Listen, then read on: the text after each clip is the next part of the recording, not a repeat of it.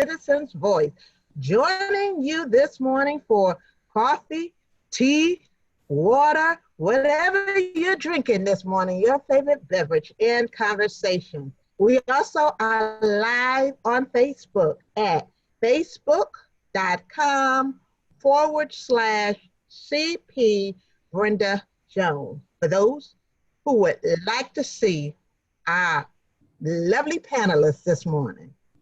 This morning, like all mornings, I began by thanking God for waking me up. I also say TGF, thank God it's Friday. But you know what?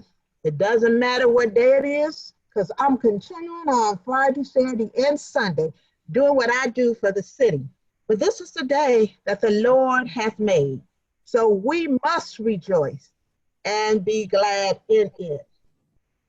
That it's just a little easier to do what we do on Friday as we look forward to the weekend.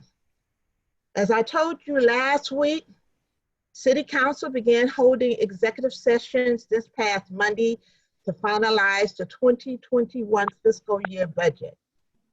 We will have our final budget meeting today. I don't know if it'll be our final, but we think it's going to be our final today at 10 a.m. If we need to meet on Monday, we will be meeting on Monday at 10 a.m. So we're going to have an abbreviated coffee and conversations this morning because we start at 10 a.m. with our executive session. But it's still going to be good. Get your favorite morning beverage and let's spend some time together. Originally, we planned to have Hester Wheeler, Assistant Secretary of State, join us. But unfortunately, due to a death in his family, he's not here. Our deepest condolences and prayers are extended to the Wheeler family as we know that God has them all in his arms. I am very appreciative that after getting the request late yesterday evening, Mary Engelman, the interim director of the Michigan Department of Civil Rights, is here with us. And completing the dynamic duo is Pamelia Landrum, executive director of the Detroit NAACP. We got some heavyweight women on our panel this morning. African Americans make up 14% of Michigan's population, but we represent 40% of the state's COVID-19 cases. Michigan total poverty rate is about 14%, yet 29% of African Americans live in poverty. And the graduation rate for Michigan's public high schools is 98%, but only 70% of African American students are graduating. Today's Director Engelman and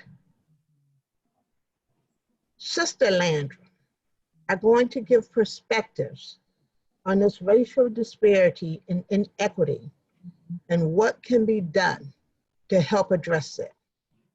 Director Engelman, I know you will have to leave us early to join a governor's cabinet meeting, but will you please give us an overview of the Michigan Civil Rights Department and the work that it does? Absolutely. Thank you so much, ma'am.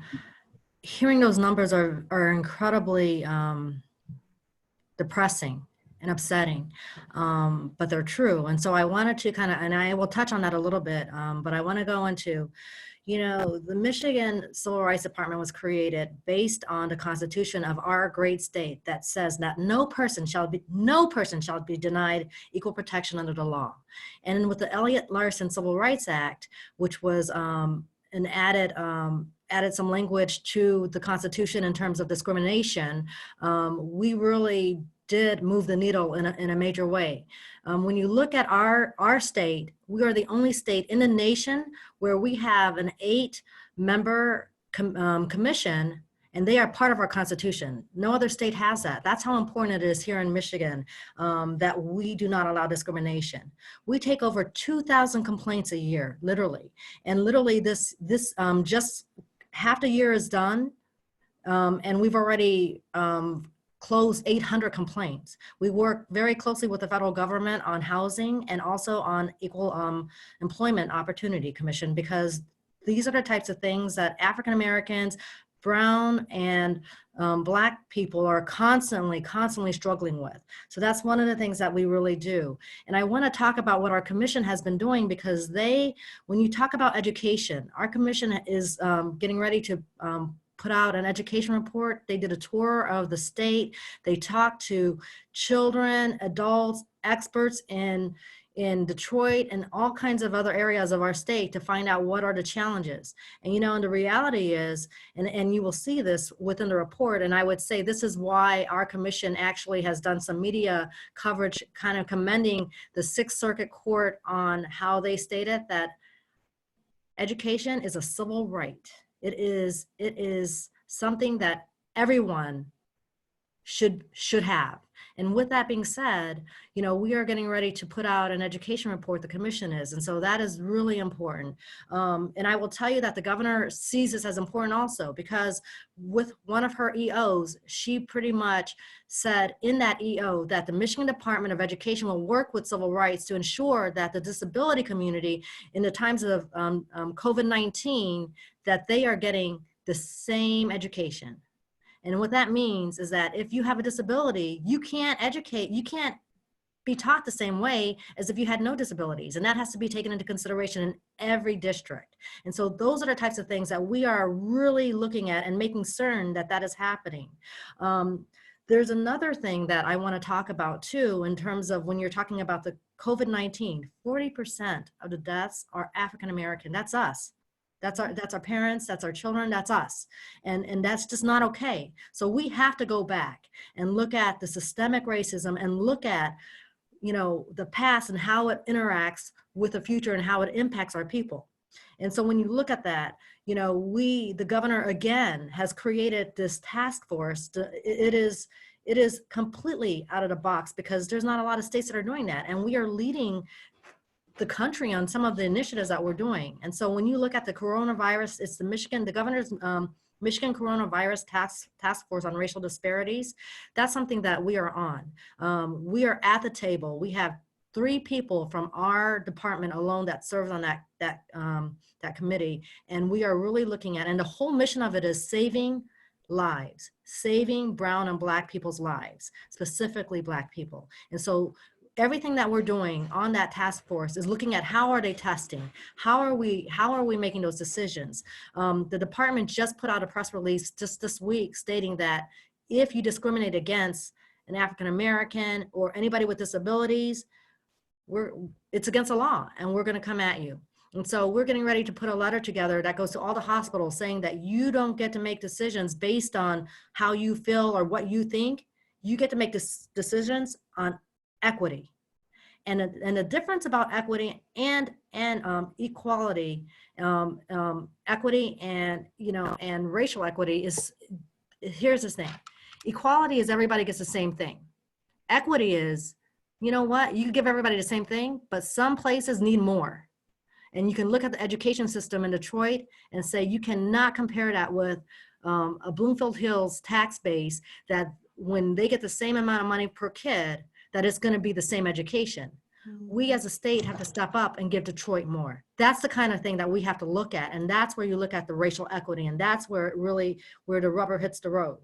Let me ask you a question. Is that the same task? Is that the same task force as the Governor Whitmer's poverty task force? Is that the same task force, the racial disparity, or is racial disparity and poverty task force two different task forces? They are two different task force, and we also have a voice on the poverty task force. And so when you're looking at the poverty, it's a completely different issue. And one of the things, there is nothing good about the coronavirus, but I will tell you, with the fight of the department and how we continue to try to, educate people on their unconscious bias and how they make decisions based on their biases without even knowing it. And that could be things that happen even in the state departments.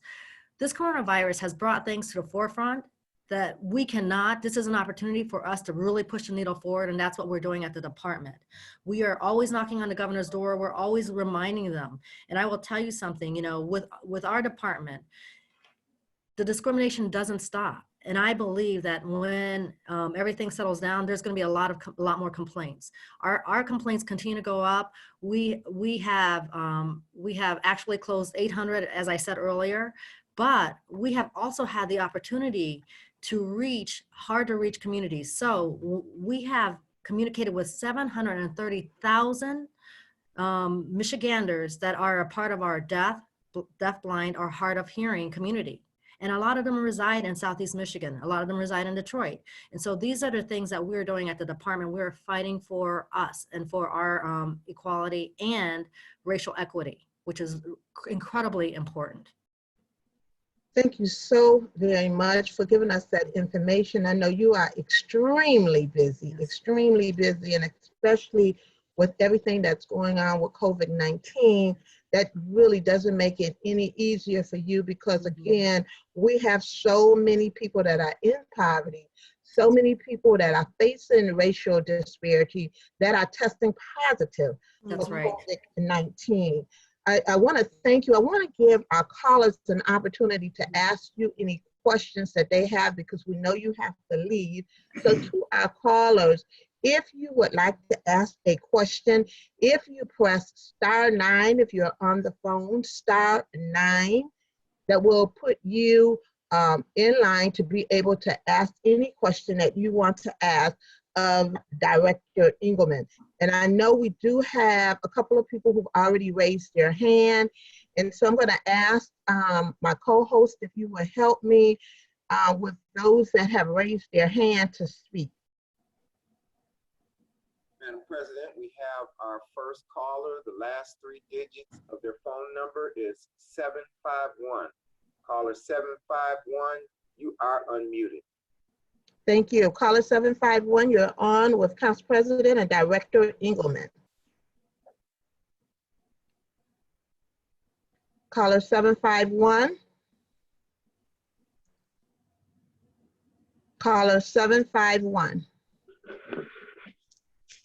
751 is the last 3 digits of your phone number. Okay, while we're sorting that out, Madam President, we'll go to our next caller. Okay, our next caller. Our next caller, Madam President, is caller 534. Caller 534, you are unmuted. Caller 534, you are on the line. Yes, good morning. I was wondering, in terms of looking at the health disparities, or it seems to me some people, according to stories I've heard, that died or attempted to go get treatment and they were turned away. I heard of a story of that was in Los Angeles because the gentleman didn't have health insurance. And I guess I just want to say, have they been considering just the concept of universal health care? Because if we make it easier for people to get there, I know at least in the state of California, the legislature voted on universal health care system, but at the time Governor Schwarzenegger vetoed it. And I'm just wondering if that is a consideration moving forward. I know that's been on a lot of voters' minds, and I think if I've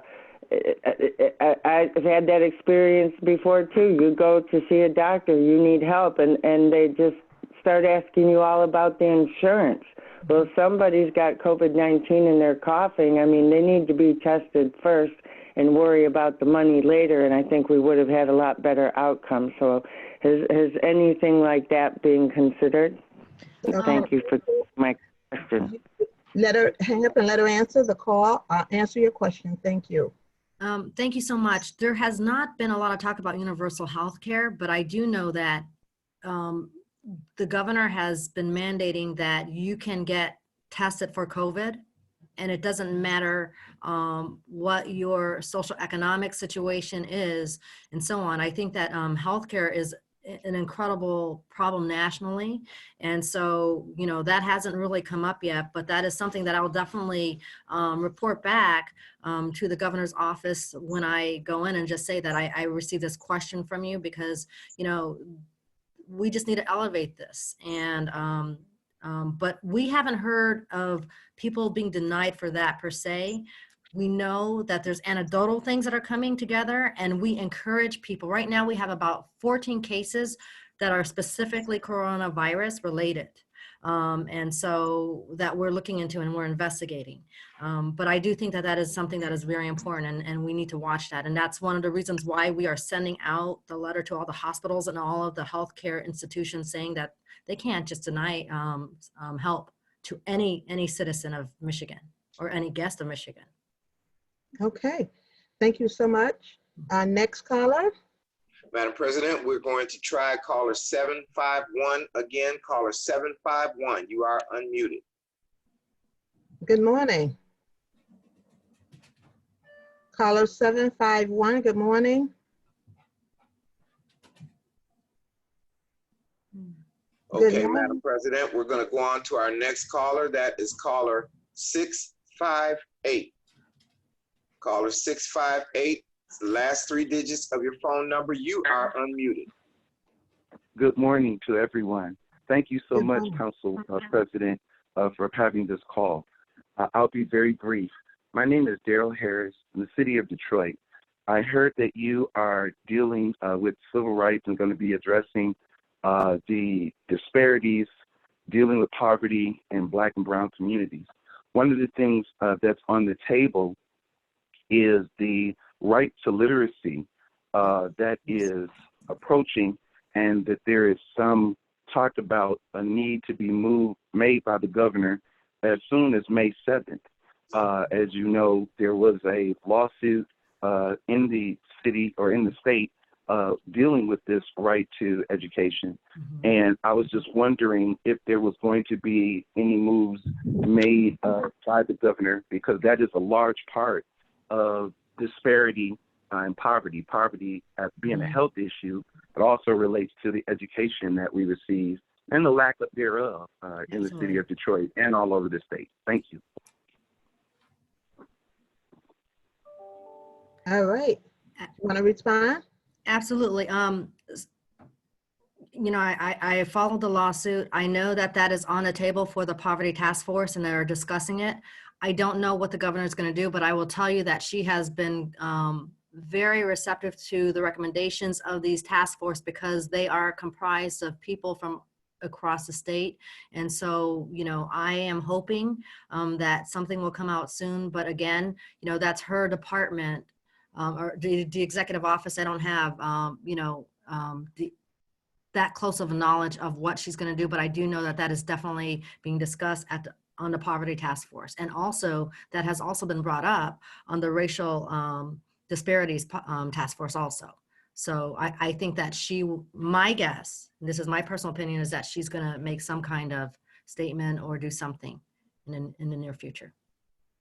That's my personal opinion. Okay, thank you. Are there any additional callers that are waiting? To my co-host, are there any additional callers that are waiting? No, at this time, Council President, there are no other calls. Thank you. So I just want to ask you, Ms. Engelman, Yes, Director Engelman, if someone wanted to file a complaint, how would they go about filing a complaint? Absolutely. Absolutely. If you would like to file a complaint, you can call 1-800-482-3604, or you can email us at MDCR, and that's for Michigan Department of Civil Rights, dash info@michigan.gov. So we will take it by phone, we will take it by email, we will take it by our web, michigan.gov/MDCR. We will take your complaint and we will follow through with every complaint we get. And we are a neutral party, but we will do a full investigation. And let me tell you, since, like I said, up until this point, we have awarded over $1 million in restitution to our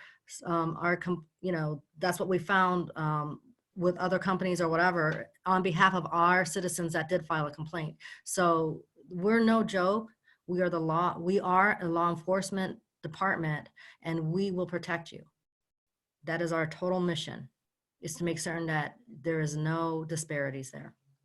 Let me ask you to repeat that phone number, email address, and web again, just in case they did not have a pen or a pencil right by them. Absolutely, and I'll do it slow. 1-800-482-3604, or email us at mdcr-info@michigan.gov, or you can reach us through our website, michigan.gov/MDCR. Thank you so much for sharing your time with us this morning, for answering the questions that people had and responding, and for giving us all the information that you gave us this morning. Please give the governor my regards. Tell her don't forget to turn her light on tonight at 9 p.m. And we wish everyone, you and everyone that serves us on the civil rights, department. Let me ask you a question while I'm thinking about it. Are you guys still having meetings? Are you all still having meetings? And are they open to the public? Yes, we are.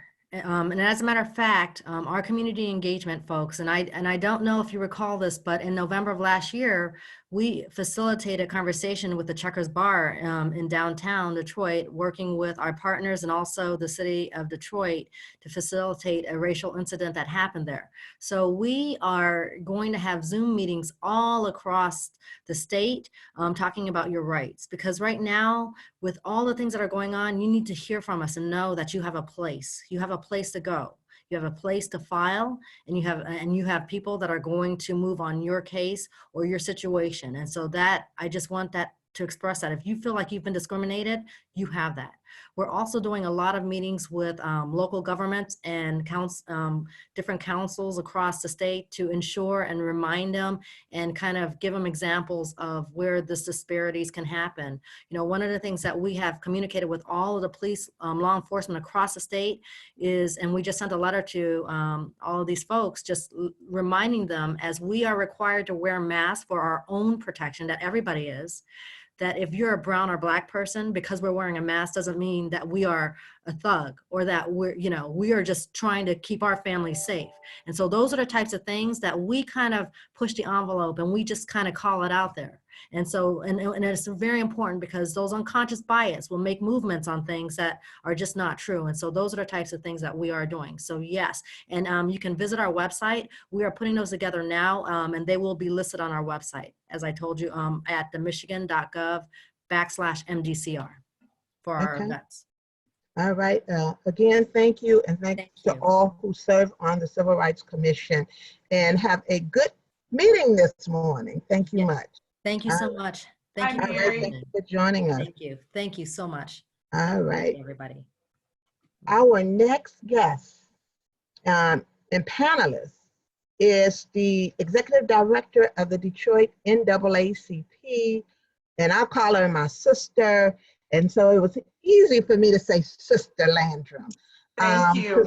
She is an awesome young lady, awesome. I've seen her at the airport. I see her everywhere. She's out in the community when we're not, I guess I can say under normal situations, but I don't know what the norm is going to be I Once, know. yeah, it's going to be interesting because we are always embracing each other when we see each other. But I'm wondering what people will continue to embrace. I know they won't, but what are they going to do? Will it be a hand?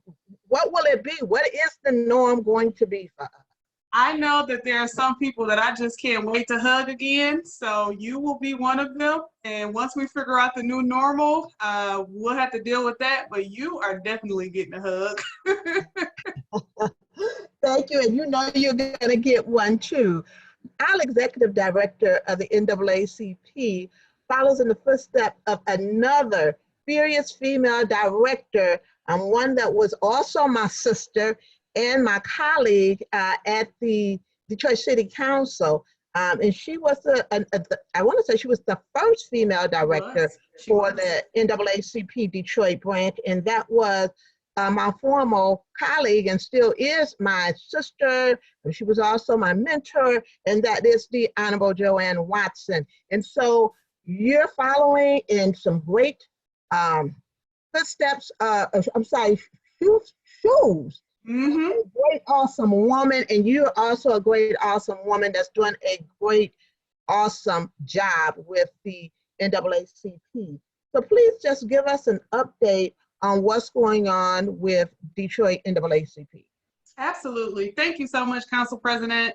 I too always honor Mama Watson. It is beyond, I could never imagine that I will follow in her footsteps. And even with her, the previous executive directors, John Johnson, who's now at the Michigan Legislative Black Caucus, Hester Wheeler, Assistant Secretary of State of Michigan, Donnell White, leading, change at now TCF Bank and diversity and inclusion. I mean, I have an awesome array of supporters that are there for me.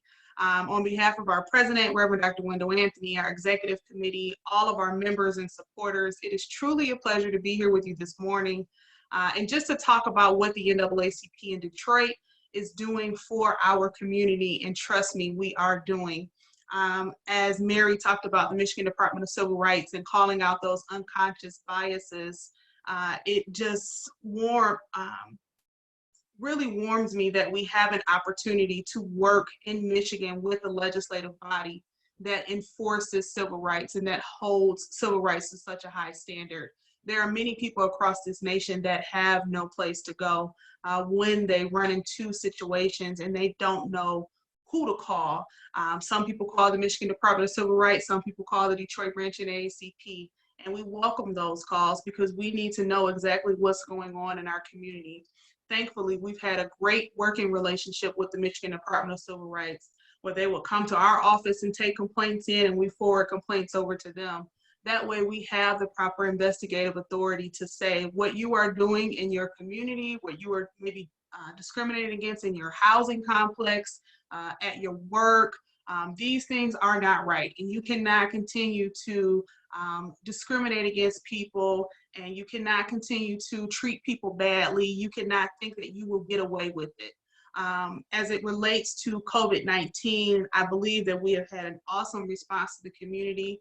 We've hosted 3 teletown halls, all focused on getting community information out there. We've had over hundreds of callers dial in and join the Detroit NAACP to learn about the CARES Act and how they can apply for money, to learn about the Detroit testing site, who can go, to hear from Wayne State President Roy Wilson and Dr. Jonae Caldoun on what is it going to look like for healthcare for African Americans. So many people have questions and they just want answers. You can't blame people for needing information or wanting information in a time like this. They need answers. People need comfort. And so if they can come to the NAACP to say, hey, I don't know where I go to get a test. I don't know where I go to find food. I don't know where I go to apply for this loan. You can call the NAACP and we can help you with those answers, and we have done that. One of the other major announcements that we've been able to make in partnership with the corporate community, nonprofit community, our partners at DTE and the Skillman Foundation and Quicken Loans, GM, Kellogg Foundation. I believe I've named them all. If I missed someone, please don't hold it against me. Is that we're able to bless our students at this time. All of the students in the Detroit Public School District, through the vision of Reverend Dr. Wendell Anthony, who said, you know what, this is a problem that I see. It's a problem that many of us saw. How are we going to make this happen? And one of the things that I love about Detroit, when they say Detroit got Detroit, Detroit has Detroit. And so through a phone call to say, hey, Mr. Norcia at DTE, I see this issue. We know that our kids are going to be even further behind if we do not provide them with the educational resources that they need. They need laptops and they need internet. They needed it way before now, but they most definitely need it if they could not be in a classroom. And so through that call, which led to a call to Tanya Allen at the Skillman Foundation, and then another call to Quicken, and when you hear the story, it just kind of moved really rapidly and really fast. You see a new product that'll be delivered to our students to help them reach their educational goals. So the announcement was a fundraiser of about $23 million thus far, and a commitment to put devices inside of homes that will help our children. It's one thing to have internet but have no device. It's another thing to have a device but have no internet. Kids can't do all their work off of a mobile hotspot. It just won't get done. And so we are very, very thankful for the partnership with the school system. Dr. Vitti is doing an awesome job to try to get these laptops into the students' hands. It's moving fast paced, and that's a good thing. That's because we're answering the call in a timely manner. So I'm very, very excited about that announcement that was made. And I know without a doubt, it is going to make a tremendous impact in these young people's lives. As we talk about our work with the 2020 census, oh my gosh, we could not have a better time, a better opportunity for people to understand the connections between the dollars that we receive from our federal government and the resources that we need in our communities. When it comes to public health, right now, we're in a public health crisis. We need people to have access to insurance, access to Medicare, Medicaid, community organizations need access to health programs. People need to know how to be healthier. Our children need resources for schools, public housing. We need safe places to live. And so all of these items are thrown into this bucket that we call the census that helps us to be able to draw down those federal dollars. We were using the number $1,800 per person. And that was what we were able to calculate at that time. New numbers have come out to say, actually, it's closer to about $3,000 per person that we miss. So it is so important. I cannot stress it enough. For us to complete our 2020 census. They have since extended the deadline for self-reporting. And so that is great, because if it would have been finished in June or July as it was normally scheduled, that would have been a hard hit for Michigan. We are doing well, but we can do better. And so if you have not completed your 2020 census, I highly encourage you to do so. You can fill it out online, you can fill it out by mail, you can fill it out on the phone. I know everybody that knows our council president has already filled out their census, because she don't play that with her voters and her citizens in Detroit. But if you got somebody in your family that you may not know, hey, did you fill it out? Ask them. I called, I won't say her name, but I called a friend and I said, did you fill out your census? And she said, girl, I'm so glad you called me. Because sometimes I know it does slip people's mind. And so just don't assume. Don't assume that they already did it. Send out a text message, send out a call, and say, did you fill out your census? And if you start with your immediate family, making sure they are counted, ask them to then start with their friends, or start with someone else in their family. And that is how we will help protect our community. Everybody can play a part in the census. And so that is a good thing. And it doesn't take long to do. It does. It's not long. It's 9 questions, less than 10 minutes. the census asks you, what's your name, who's living in your house based on April 1, how old are they, and what sex and age are they? How are y'all related? It doesn't ask you about your job. It's not going to ask you about what you do on the weekend. It's literally, they just want to know the basics. And so for me, I had a chance to go to Ghana last year for 400 years recognition of the transatlantic slave movement. And there are so many of our ancestors that were not counted. And so for me, this 2020 census, it is a chance again to record our names in the history books. It is a chance again to record our existence here in this country that we built. And so it's it is important, yes, for the resources that we need, but it's also important to say I was here. So please fill out the 2020 census. Yeah, and I can't stress it enough how important it is that you get that 2020 census filled out. It is so very important because, as she indicated, it dictates the money that we receive from the federal government, and it helps when we talk about a disparity. It helps when it comes to the money for Medicare, medical expenses. It helps when it comes to the money for education.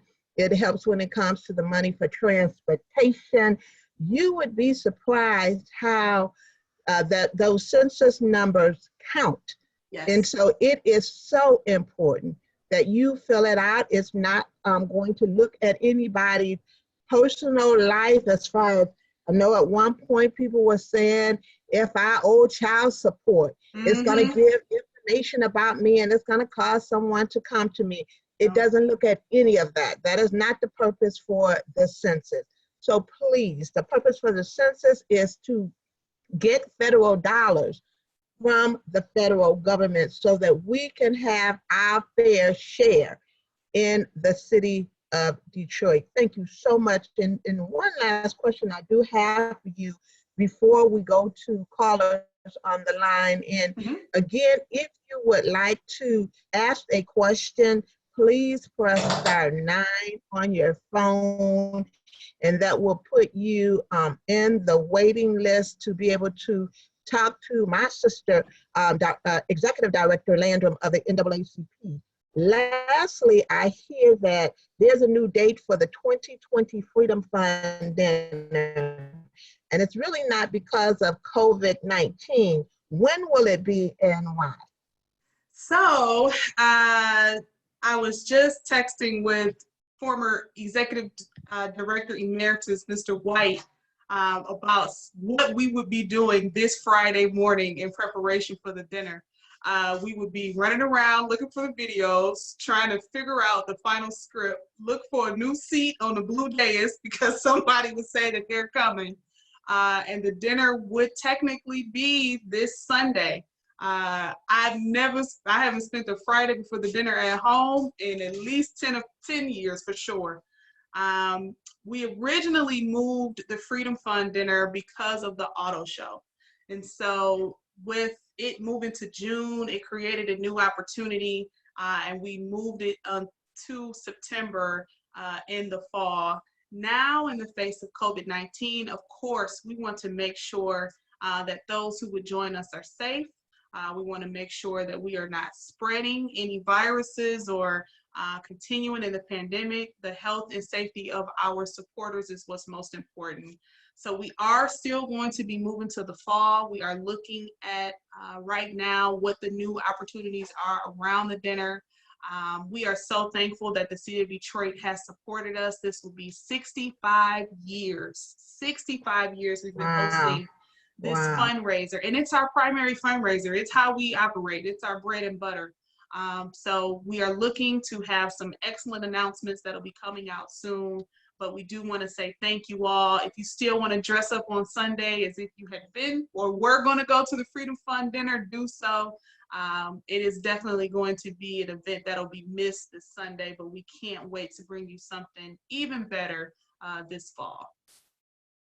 Okay, thank you. And I notice we do have a caller that is waiting to make a comment.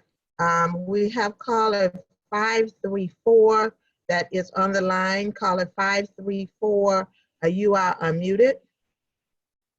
Yes, hello. And I just wanted to ask the NAACP if they might be willing to look into a situation that I've been witnessing happening, and that is the Detroit Land Bank Authority is going around and it's taking people's property through this program called nuisance abatement.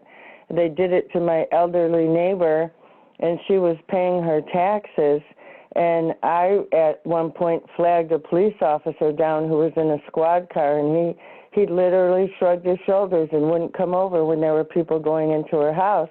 And she had the house boarded up, I had the house boarded up, and then the land bank went after it and took it from her when there's all these other houses the land bank doesn't take care of. And so a lot of people were upset with the NAACP because they didn't make any statements, or at least I'm not sure exactly, but some people were upset that they didn't do much or say much about the overtaxation of Detroiters. But there's another way that the city, through the land bank, is taking people's generational wealth. And I've watched that over and over again. And I have a law review article by a professor from Loyola Law School in Los Angeles that I'd be happy to share with you. And she just can't believe that this is going on in this city. So Thank I'd you. be willing to look at. I could send that to you. Thank you. If she would like to respond to that. Sure. Reverend Anthony, our president, Reverend Anthony, he did put out a statement as it relates to the overtaxation of Detroiters that was issued to the press and also published on our website and through social media. We are very vocal on any issue that affects residents, especially when it comes to discrimination, especially when it comes to people being treated poorly or not being respected, or in this case, being taken advantage of. If you are not connected with the NAACP, I would encourage you, one, join us, become a member of the NAACP, follow us on social media through our Facebook, our Instagram, sign up. When you become a member of our e-blast where you'll get information directly, and also visit our website. We don't hold what we say away from the public. We want you to know that it's out there. And so you are always welcome to comment on what it is that we are doing, but know that we are doing. And so you can find the information. The press statement is on our website, DetroitNAACP.org. And we will continue to be vocal about these issues, especially for our Detroit residents. Thank you. And I said that was my last question about the dinner, but I just thought about it. You guys know that the NAACP had monthly membership meetings. Are you still meeting via Zoom monthly, or did you just cancel your meetings? You still meeting? No, those are monthly. We've actually kind of doubled them because those are the town halls we've been doing in conjunction with our COVID-19 response. So the Detroit NAACP General Membership Meeting is traditionally every fourth Thursday at 6 o'clock p.m. Every fourth Thursday at 6 o'clock p.m.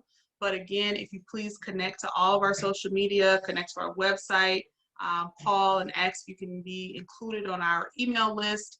You can text Detroit NAACP to 22528, I believe, and you'll be able to join our email blast, and you'll receive all the most updated information about what we're doing. Thank you so much, Sister Landrum, for joining me this morning. Thank you for all of the information. I'm going to begin to wrap up because, as I indicated, this was an abbreviated coffee and conversation this morning because I do have executive session at 10 a.m. So I want to just wrap our morning up, and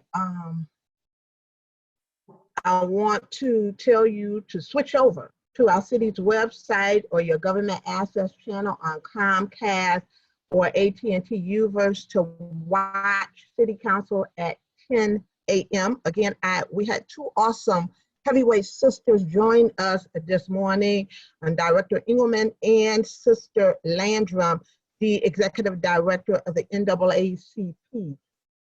If you are watching or listening to council, you can go to my webpage at any time at www.detroitmi.gov/Brenda Jones to see all the great things that we are doing and to watch or listen to council session. I have had a great time sharing my tea this morning. Normally I'm drinking water, but I have a long day today. And I ask you all to come back and join us at 12 noon as we will be highlighting our heroes. That will be our second time of highlighting our heroes. I have again had an awesome time this morning sharing my tea and conversations with you. Nothing makes a new day more beautiful and promising than having the right heart, the right spirit, the right mind, and the right strength from God. May He bless you, and may He bless us all these days and forevermore. I want to just say to everyone, please continue to be safe. At 9 p.m. tonight, turn on a light, your porch light, for 3 minutes, just to pray for those who have lost their loved ones, to pray for our people who are on the front line, just a prayer. At 9 p.m., switch on a light. If you're at home, take your phone, turn on the light on your phone, turn on your porch light, turn on a light for 3 minutes at 9 p.m. Again, have a blessed weekend. Don't forget, if you have to go out, please, please, please put on a mask, protect yourself, and protect others from this COVID-19 coronavirus. Continue to wash your hands. Someone reminded me yesterday, they said, well, so often people just wash the inside of their hands and don't wash the back of their hands. Wash the inside of your hands as well as the back of your hands, because you get germs from all of in both places. It has been said that the average person puts their hand in their face about 20 times an hour unknowingly. I know I have caught myself wanting to put my hand in my face, and I know I do it. But I don't pay attention to it.